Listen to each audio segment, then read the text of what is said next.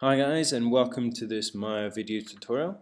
Today we're going to have a little recap on how we actually went about doing our low poly sword model. So let's kind of get started. I've already loaded up Maya. Remember that the first thing that you should do when starting a larger project is go to File, Project window, and set up your project itself. So you should go to New and rename this to low poly sword, and that will ensure that all of your directories are set up correctly so that Maya knows exactly where it's going to save all of your data to as well. And then you hit accept. Okay, next what we actually did to begin with was set up our layout so that we can view this in multiple angles at the same time. Now obviously you can hit spacebar and jump out to a 4 poly view for viewport view if you wanted to, but we're going to set up a separate layout. So you need to go to panels, and to toggle in and out of that I was just tapping the spacebar. So we can go to panels, layouts, and we're going to use two panes side by side.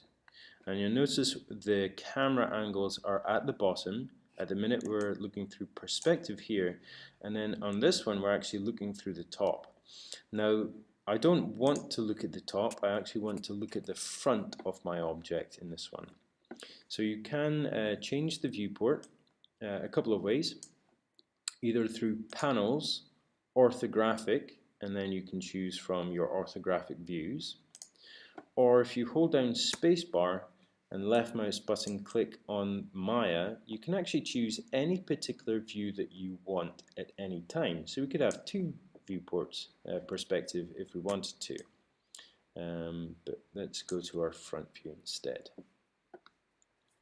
Okay, so let's get cracking on some modeling. So I'm going to drop in a polygon box to begin with, which is on our poly modeling shelf here, and then I'm going to scale up our particular box. Working in this viewport, I'm just going to use the Alt key to kind of maneuver, make it a little bit bigger and a little bit wider, something like that. And as long as you haven't started to manipulate the components of your object, remember that when your object is light green, you're dealing with object selection. As soon as you go into components like faces, vertices, or edges, your object will turn light blue. So that's the way to tell. But as long as you haven't messed with how you've actually constructed this or how you've built it in shape, you can still activate different subdivision levels in the input channel. So go to your channel box in the editor, go to inputs, click on polycube 1, and in the subdivisions in height, I'm actually going to change this to something like 8. What's really nice is if you click on subdivisions height, in your viewport you can middle mouse button click and drag to interactively change the number as you see fit. Now, if that's not particularly working for you, and say you have kind of altered it beforehand, obviously you can just go into your face selection mode and use the multi-cut tool to insert edge loops by holding down Control. So if you cannot go back and add subdivisions in the creation node, you can always add resolution to your mesh after the fact using the multi-cut tool, which is again either through the shift and right click menu,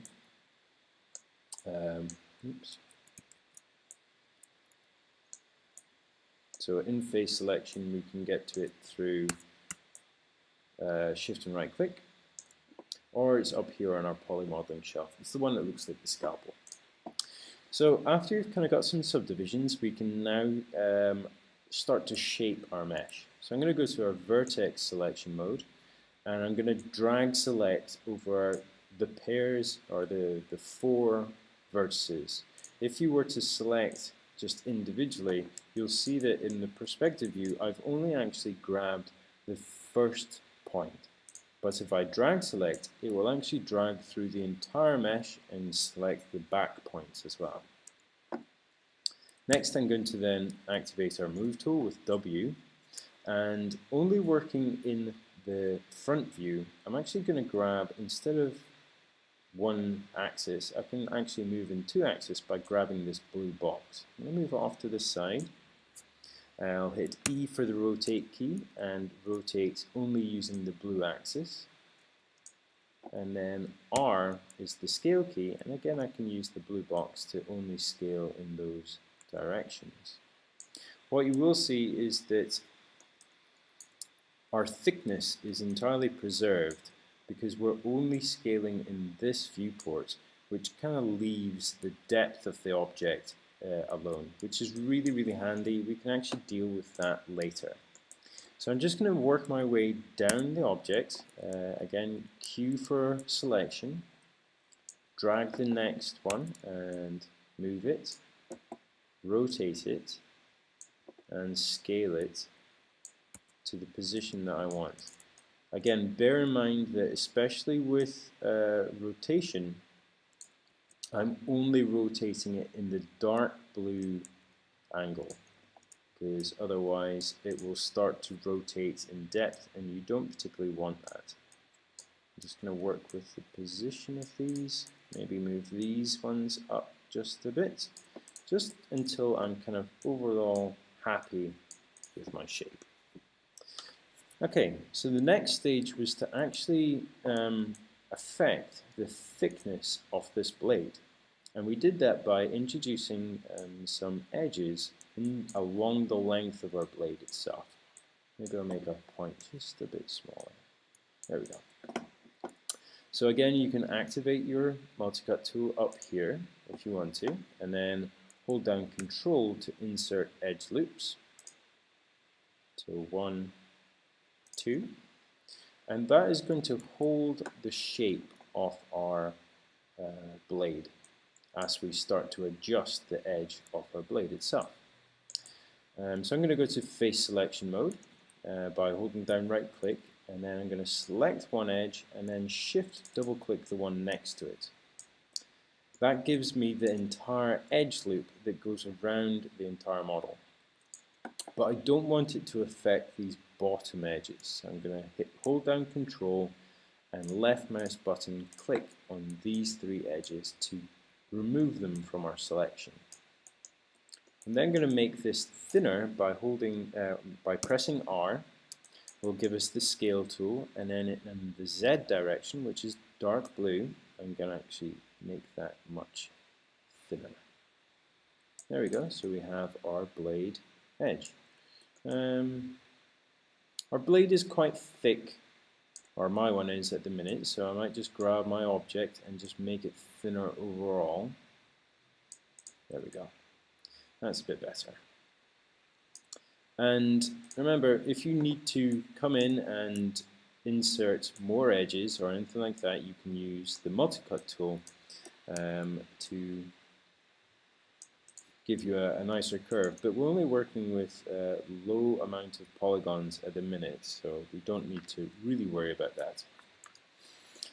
Okay, so the next stage was to add decorative elements to the blade by cutting into it. So if you've watched the Boolean tool video, you should be well clued in, because we need our first object and then we need an object to cut into this object to use Boolean.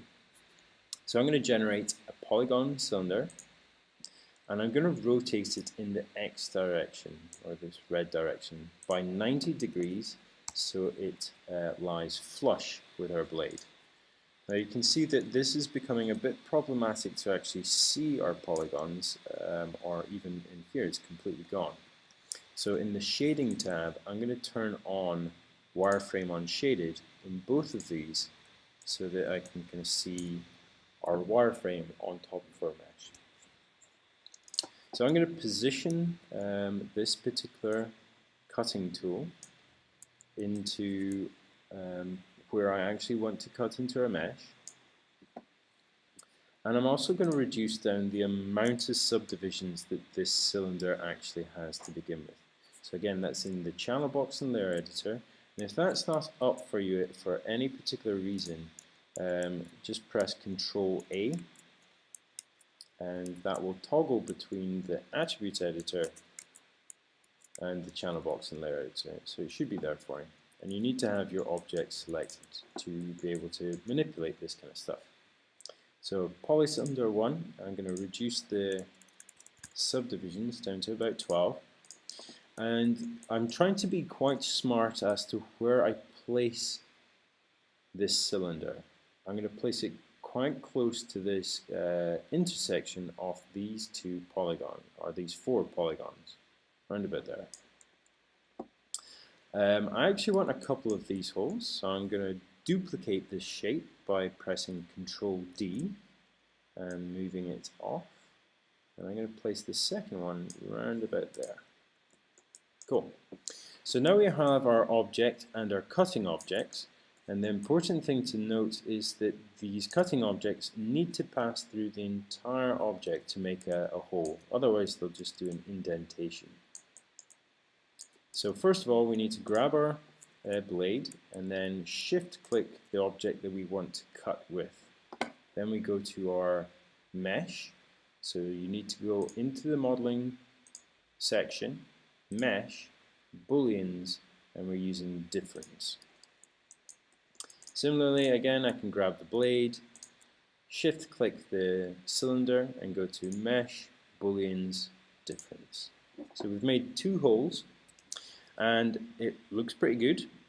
However, it has actually introduced some bad modeling habits in that all of these are now n-gons, or over 4-sided polygons. So how do we actually sort this? Well, we're going to use our multi-cut tool and our target weld tool to kind of sort all of this basically. Firstly, I'm going to section off the areas to deal with my multi-cut tool. And I'm just going to use the slice tool, and if you hold down shift you can actually draw out straight lines. This isn't activating for some reason. Hang on a second. There we go. Let's go into faces, activate the multi-cut tool.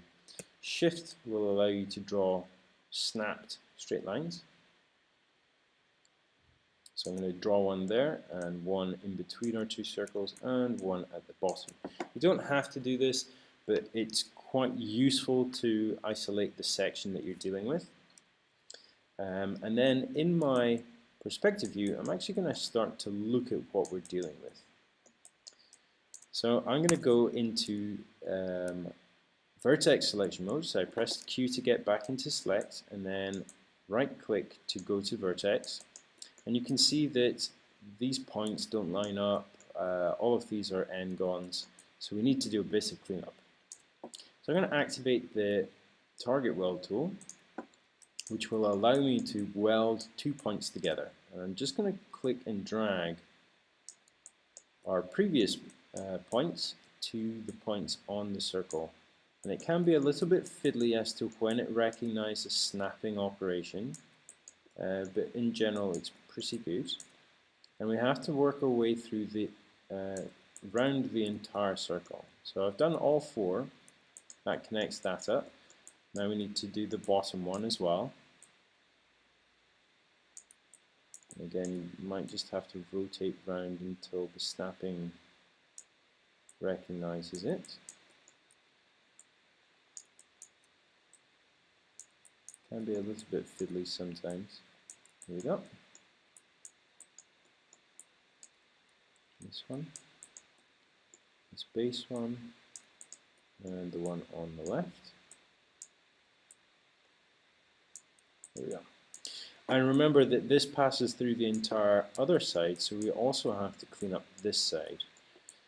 Depending on how well you've thought out your modeling process, you might be able to mirror your entire mesh across an axis that would allow you to only fix one side and kind of speed up this particular process.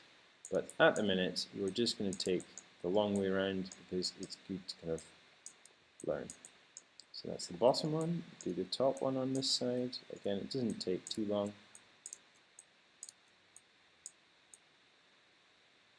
There we go. Top.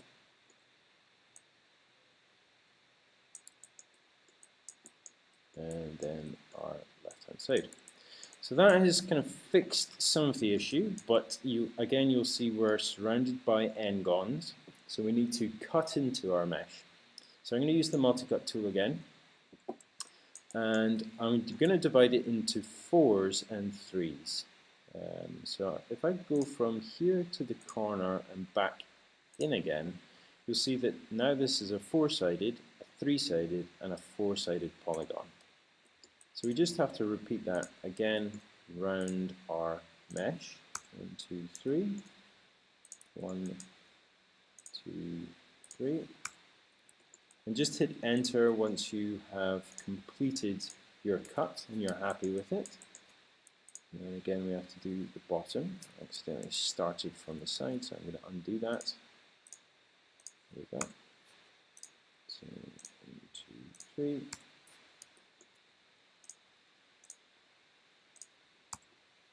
And last one on this side. And then we just have to do the flip side as well. Looks like I've cut through there.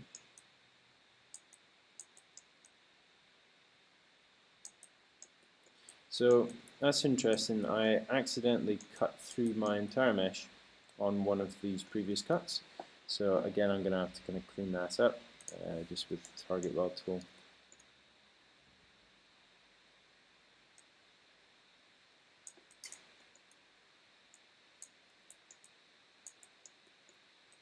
Just make sure that that all is fine. So again, I'm just going to cut that corner. There we are. Just make sure it's not introduced any additional edges down here. Yep, looks like it has. Sorry, that's my fault. So if you are finding zooming in on a particular area difficult, you can grab a couple of points and just press F, and that will frame up on that particular area. And you can see that as I get closer, I'm actually cutting off our object. Now that is kind of just a display issue, and we can get around it by finding which camera we're working with, which is perspective, selecting it in our outliner, and it actually exists in our attributes editor. So you have this near clipping plane, which is set to 0.1, which means that anything that is less than that particular value will be cut off by the display. So I can just introduce that as a 0.01, and it should allow us to zoom in even closer. Good. So again, target weld tool, and let's just fix these vertices. Again, you kind of have to be a little bit careful with what you're doing, otherwise you could end up with additional points that you don't want. So that is that side clean. Let's cut into this side. Go back. There we go. A little bit more screen space. So that point to there, and again out to that one. It's just because of the snapping itself, so you do have to be careful as to where you're cutting to and from, because otherwise you might accidentally cut to the wrong part. Okay, and then last bit is the top bit. So you can see the benefits of using Boolean, but also the downsides, because it does allow you to get really unique shapes, but there is always a cleanup period after using it that you kind of have to factor in as to whether or not you want to kind of go that way. And then lastly, this one down here.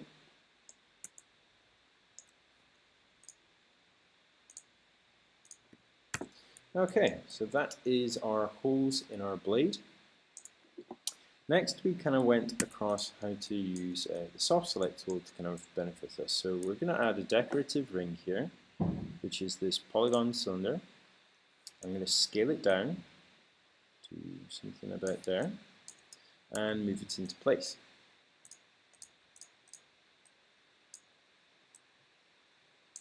There we go.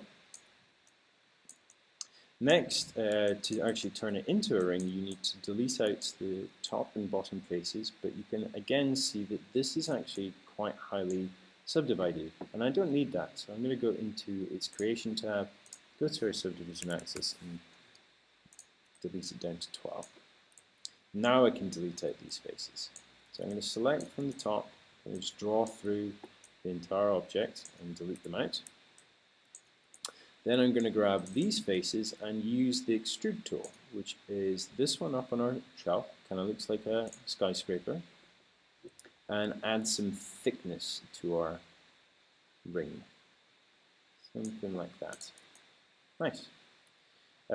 Next we kind of showed you how to scale an object based on a heat map, which is the soft select. So I'm only going to grab this edge loop by double-clicking on that particular edge there. Now generally to scale, you would actually only scale that particular edge. However, if we then activate the soft select, which is B on your keyboard, you'll actually see a heat map has been generated. Now, you actually have control over this heat map within the tool selection or the tool options for scale or move or whatever you're particularly using. So if we double click on the scale tool, we'll get tool settings, and we can kind of just keep it as a floating pane if we want to, that's fine. But we have a soft selection rollout, and first of all you have the ability to affect whether it's turned on or off. And then you have a fallout radius as to how far the heat map will actually affect your mesh. And you also have the ability to work with this fall off curve, which deals with how intense the fall off will actually happen and how far across the object it gets before it actually drops off. So to kind of show you what happens is that even with only that edge still selected, I can actually scale down that side and get a tapering effect. Again, if I kind of do the other side, I can get something quite nice quite quickly. But if you ever see this orange kind of glow, it's because you've hit B, and it does happen accidentally quite often. So just tap B to turn it off again.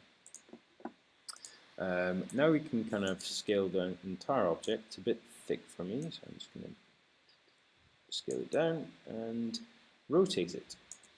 But our rotation is currently moving from the middle of our object, which could be a bit finicky. So I'm going to hit the D key, which will allow me to move the pivot point of this particular object. Now I'm going to move it across to where the pivot point might need to be for this. And once I'm happy, I can hit D again, which will allow me to move that entire object from the new pivot point. If I hit rotate, it's going to rotate around that particular area. So it's really, really useful. Okay, so the next bit is just the handle, and you can actually speed through it pretty quick.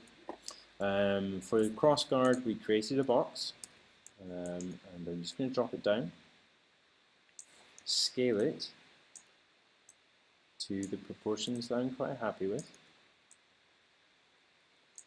Maybe something like such. There we go. And we used a couple more tools. So on this object, I'm going to select all of its edges and use the bevel tool. Again, it's up on here on your polymodeling shelf, but you can also get to it through your shift and right mouse menu. And I'm just going to decrease the fraction of this. You can choose a lot of stuff here as to how much sections there are in the chamfer or the rounding or anything like this, but I'm going to keep it quite harsh. And then we're going to use the extrude tool on these faces that have been generated. There we go. Just by shift and left mouse button to add to selection. So again, I'm going to activate extrude, and I'm going to give it an offset, which will inset our object inwards.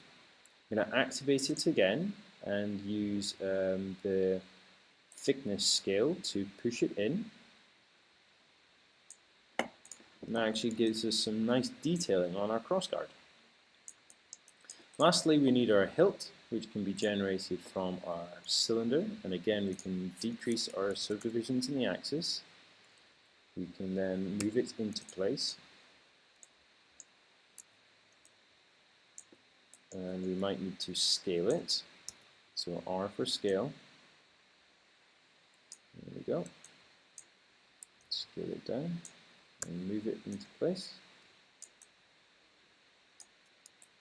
Just check its length overall, maybe a bit big. Okay, something like that should be kind of cool. And I might actually want to shape this as well. And remember that we only have top and bottom at the minute, so it kind of limits us. So we can use the multi-cut tool and hold down Control to add in edge loops to allow us to actually shape this particular mesh. So now I can go to vertex selection and maybe into the front and use our scale tool. Now remember, for scaling though, you will only want to affect both of these bottom angles at the same time, because otherwise you'll kind of get a squished handle rather than keeping it quite circular. So if I grab this green icon here, we're about to scale both at the same time. Next, drag that down. The next one. Just trying to get some nice and interesting curve to our hilt. Last bit. Cool. And lastly, we kind of made a little pommel for the mesh itself. So I'm going to grab this entire poly loop by selecting one face and then shift double clicking the one next to it. That'll give me a loop of polygons. I'm going to hit extrude and give it some thickness and push it outwards from the shape. That's nice. And we can round this out on the bottom by grabbing these faces here. Now there are a couple of ways to do it. A nice easy way to do it is grab all of them, and then we use the arrow keys. So it's shift and comma and shift and period. If you use shift and comma, it will decrease the selection. So if you have an entire ring selected, it will kind of just shrink it. And that will allow us to grab the base. We can pull it out, maybe scale it. And then I'm going to use shift, and whilst the move tool is activated, hold down shift and move it, which will activate and extrude. I'm basically just trying to round out the bottom of this pommel. There we go. So we have our sword all kind of modeled up. After you're entirely happy with your mesh, there are a couple of things that we need to do. We need to go to object mode. We need to select all of our objects and then combine them into a single object, because they are all separate things at the minute. So we need to go to Mesh, Combine, and that is now regarded as an entire singular object. The other option is to use grouping. So if we undo that, you could keep them all together and just hit Control G, and that will group them in the outliner. The difference is that if you actually try and grab select in the viewport, you won't actually grab the entire group. You've actually grabbed each individual component again, and you can tell that within the outliner. If you were to try and grab the object as a whole, you would need to have the outliner open to utilize just grabbing the group itself. So there are pluses and minuses both ways, but for the purpose of this, we're actually just going to grab all of these individual components, pull them out of the group, and we're then going to use mesh combine. So again, it is just regarded as a singular object. You'll notice that on every single object there's a ton of history. Maya's actually trying to remember exactly how all of this was created, and we need to get rid of that information. So to do that, you need to go to Edit, Delete by Type, History, or there's some really nice icons here on the shelf that will actually do that for us. So first of all, we've got Delete by Type History, and that'll delete all of our construction history. It cleans up our history here in the channel box and in our outliner. We still have that group that we made. We can get rid of that ourselves. Next is Freeze Transformations. This is if you still have data here in the channel box and layer editor, you actually need to get rid of that. But we'll kind of do that in a bit. And then we've got Center Pivot. Center Pivot actually will reorder where the object will rotate and move from, but we can manipulate that ourselves, which we need to do now because we actually want it placed down near the handle. So I'm going to hit D on the D key on the keyboard, and then we're going to actually snap it into place by holding down the V key, which is vertex snapping, and move it into place somewhere around about there. And you'll notice that I grabbed it based on this box so that it hasn't moved in depth. It actually has moved for some particular reason. So again, I'm going to hold down V for vertex snapping, only move it in the Z direction and move it backwards until it snaps halfway down our object. Great. So that should be fine. We now have our pivot point exactly where we want it. Hit D to turn that off again. And next what we're going to do is actually snap it to the center of our grid, so that at the origin where our sword will be imported from. So W for move key, then hold down X for grid snapping, and we're going to move it until it snaps to the origin of our scene. So this is where it comes into freezing our transformations. You'll see that here in our channel box and editor we have information here that we don't want. So we need to clear that up by freezing that information. That has us a very clean object with no construction history, with a pivot in the exact place that we want it, and with frozen transformations, so that if an animator were to come and use this particular object, we could have a fresh start for them. The last thing that we need to do is to be very clean and actually rename our object itself. So let's call this sword, and we want to rename it with an iteration after it, so sword _01. And the reason that we do this is because if we have multiple copies of this in our scene, it will actually be able to differentiate between the two. So I've just made a couple of copies, and I know exactly which one is which because I've actually ordered it that way. And mine is actually quite smart that way, which is quite good. So that is how we actually went about modeling our sword.